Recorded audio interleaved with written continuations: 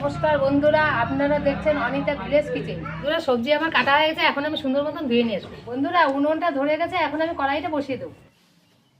কড়াইটা গরম হয়ে গেছে, এখন আমি সর্ষের তেলটা কড়াইতে দিয়ে দেবো।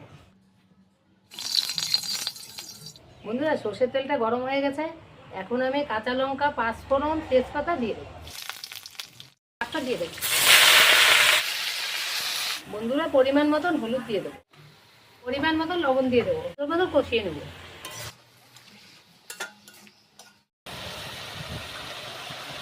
এখন আমি পরিমাণ মতন জল দিয়ে দেবো। আমি 5 মিনিটের জন্য এখন আমি ঢেকে দেবো। বন্ধুরা, শাকটা 5 মিনিটের জন্য ঢেকে দিয়েছিলাম, তো এখন আমি তুলে দেখছি শাকটা কেমন হয়েছে।